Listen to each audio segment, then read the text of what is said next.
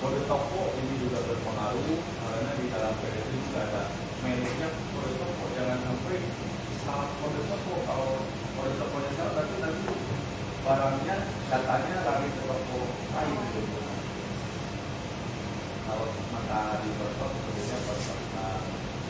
Ada yang di 95, ada yang di 59. Matahari di Bandung aja tidak bertok 46. Kemudian BIP 595. Kemudian reputasi diri 359. Kalau itu salah, kita mewajibkan kalau maka mari datanya ke toko. Nah, dalam melaksanakan penyampaian barang ini juga selain teliti, schedule-nya juga harus satu persatu. Kenapa harus satu persatu? Karena tidak menutup kemungkinan label harga dengan deskripsi barangnya bisa berbeda, Bu. Misalnya ada baju ukurannya misalnya ukuran S ya, barcode-nya sih harusnya S kan.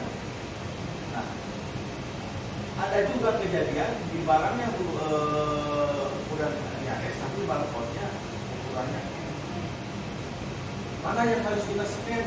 Tetap barcode-nya, walaupun tidak sesuai dengan fisik barang. Karena barcode itu ya yang sudah terinput di data toko itu yang tadi walaupun barangnya kita scan sesuai barcode.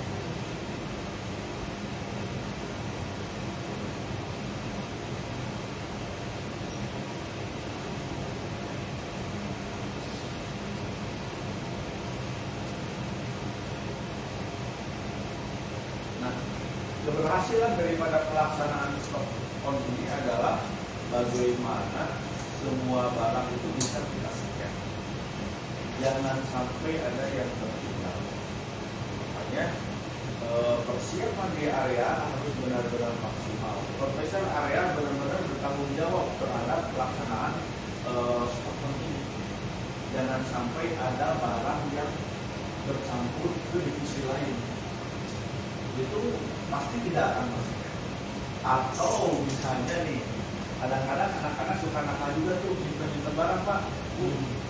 Nyimpen di box misalnya ya. Nah, alasannya mungkin misalnya nanti mau ditebus misalnya tanggal berapa gitu kan, mau gajian.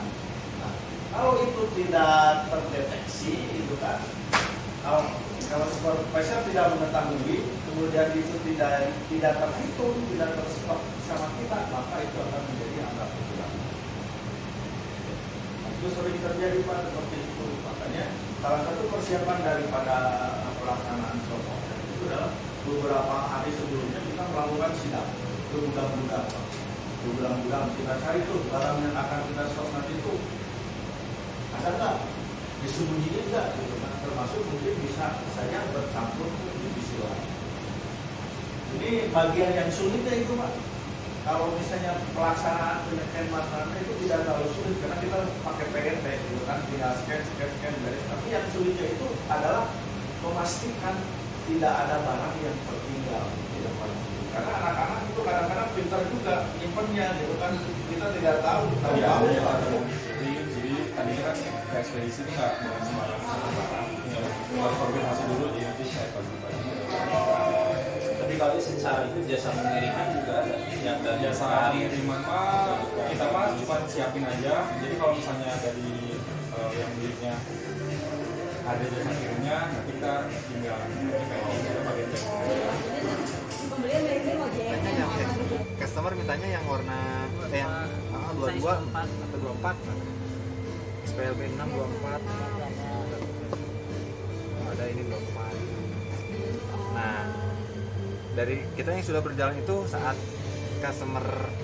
barangnya tidak ada, misalkan di SPLB 6 size 24, kita cari alternatif lain, misalkan adanya yang 25. Kadang customer itu juga mau ditawarin naik satu atau turun satu. Kan kalau untuk anak kan masih bisa tumbuh. Masih bisa ya. Tapi kalau misalkan udah yang dewasa mah. Kalau yang ini kan SPLG ini udah beda model. Udah beda model. Nah, terus kadang ada lagi misalkan ini kalau masih ada SPLB 6 yang warna navy, adanya 24 navy ya kita tetap tawarkan juga. Jadi kita kalau barangnya memang tidak ada kita tawarkan alternatif. Gimana caranya memang Harus Jadi beli sampai ya? jadi beli goal ya? harus Iya. goal. Ya itulah. Di sini ada barang yang promoan nggak? Yang promoan yang Promoan kita sudah di display semua sih, jadi di kan bazar. kalau bazar rata-rata Sevi, kalau DP ada di area juga. Itu berarti merek Nevada itu nggak ada di bazar gitu ya, cuma di sini doang. Rata-rata bazar itu memang barang yang buat yang barang murah sih sebenarnya, cuman kita lihat lagi kondisi barang tiap brandnya memang ada nggak gitu. Tapi pernah saya beli kole di bazar kayak gitu di Jakarta ya, di Pejaten. Jadinya murah. Oh iya, Harganya kan 200 jadi cuma 75 atau 80. ya idealnya memang barang murah itu di bazar 60% sebenarnya. lumayan. Jadi karena kan mindset orang bazar wah barang murah.